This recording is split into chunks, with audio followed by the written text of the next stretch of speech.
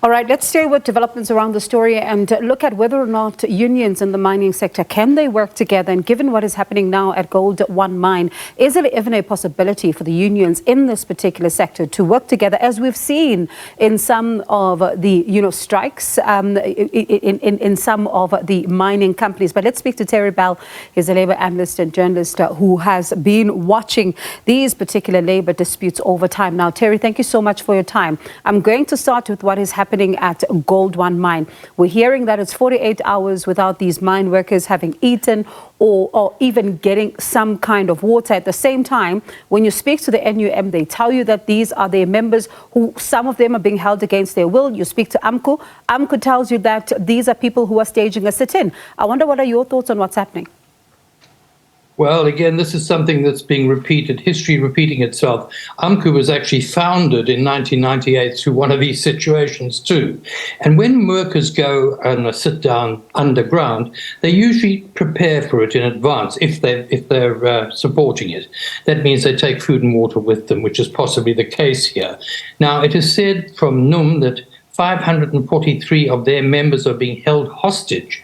Now, I'm not sure how many on the night shift there were, maybe 1,000, I doubt that, or maybe more. But I cannot imagine how 543 miners would allow themselves to be held hostage. They said they were, according to NUM, heavily armed. Well, you cannot take armaments down a mine unless there's something very strange about this mine.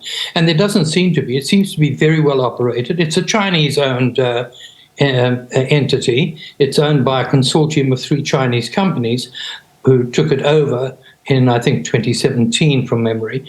But the point is that we have to find out exactly what's going on. To hear the National Union of Mine Workers making one claim, AMCU making another. The point is, we had a situation on the Platinum Belt where the unions seem to be coming together and beginning to work in unity after that terrible horror of Marikana, which was where AMCU and NUM, AMCU took over from NUM. Basically, NUM was seen to be in the pockets, and I quote, of the mining company.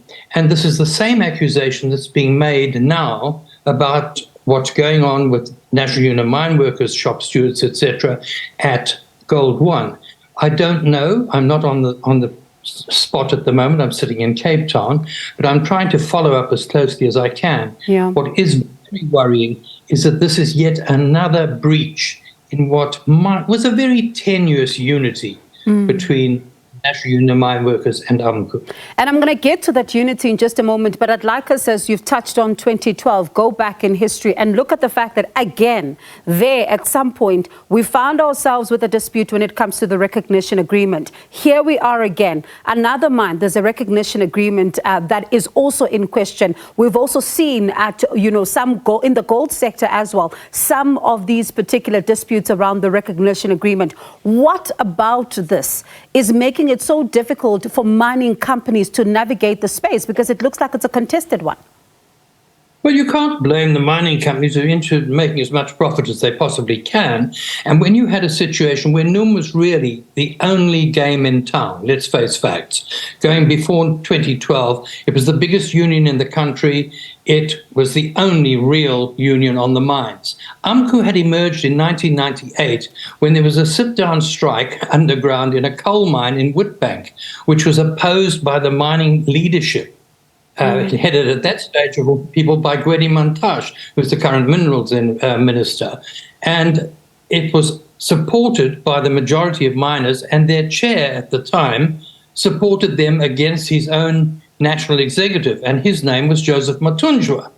And that was how AMCU came into being.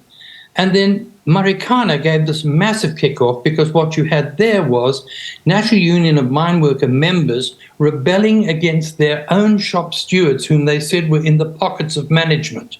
We're hearing the same thing at Gold One, which may or may not be true, but however, the same sort of argument that's emerged. I don't think nothing will happen much like Marikana, I would certainly hope. But the point is, the arguments are exactly the same. And I don't blame the mining companies who want to make a lot of profit to appoint shop stewards, pay them off. The president of the National Union of Mine Workers at the time, Senzini Bizokwana, was paid by Anglo-American. He then became the Minister of agriculture. You know, there was this conveyor belt from Num into Parliament and into business, etc. And this was heavily resented often by more alert miners on the ground, or underground, one should say. And they would then rebel and say, no, we don't like this. We're not going to be dictated to. We want to have our say. And that's when it begins to come adrift. Some of the things that have been said have been published, I think, irresponsibly in the media, because there's no verification, where you have people from Num saying there are people underground who are ill and are now being held there without food or water, and they actually have ailments. Well, what are they doing underground in the first place? Then there's the about heavily armed. You cannot, well, unless there's a complete breakdown of discipline and control at the mines, you do not go underground with a lot of weapons. Yeah, and you know, one then asks the question as we look at now what is happening, it's 2023. Some are saying that it does look like possibly maybe the honeymoon between Num and AMCU, because we saw them starting to work together in some instances, may be over, but others are saying it's just a once-off. These things happen. Tensions do rise when it comes to these particular scenarios. And I wonder, what is your reading of it? I'm just hoping, I see that exactly, you put it perfectly. The point is that I would hope that it doesn't spread, that there was, the unity was very tenuous on the Platinum Belt anyhow. You should have had a coming together at a greater level, but it's not going to happen because Num remains very much part and parcel of the governing alliance, the ANC-led alliance, and has been traditionally run by members of the Communist Party, who again, and as AMCU people will look for, there'll be conspiracy theories floating around as well. Well, of course, the Communist Party has big links with the Chinese Communist Party, and after all, the three companies that are involved in the consortium that controls Gold One are all Chinese. The only private one is actually Beijing-based as well. That's Long March Capital. So I don't know. I think I would like to hope that this would be a one-off, but I fear that it's not going to be. And the tensions that exist, and still do exist, on particularly the Platinum and the Gold Belt as well, but the Platinum Belt, where a lot of the promises that were made post-Marikana regarding the upgrading of accommodation, employment opportunities, etc., have not been met. Everything's been let to slide yet again. And when they do slide, eventually it erupts. And people remember, people have histories. Miners in particular will remember, even if it was my father who was at Marikana or my father who was at Witbank, they know the stories. Sometimes they're mythologized to a degree, but they know the stories and they act on them. And that is the big danger. And I mean, it's a rough world, the mining industry. So what is happening there is deeply worrying for me. And it certainly is. There's quite an uneasiness about it. But let's see what happens, Terry, and see, because we are still hoping to speak to mine management to get a sense of what exactly is going on. How does this then become resolved, and what are they doing about it? Because we do understand some meetings are taking place. But let me thank you for your time tonight.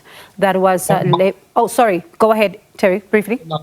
To see some more accurate reporting of actually how many miners were down below, who was who. Don't just report what is said by some spokesman, AMCU or Num or whatever, or even management. No one. Just find out the facts. Give us the facts, and then let us make up our minds on that basis. And definitely the facts are critical, because they can't even tell us a breakdown of their members. Who is underground? Who do they belong to? What are some of the numbers looking? Where are the forms? Have they been verified? And these are some of the questions that we're hoping to speak to mine management about. But let me thank you.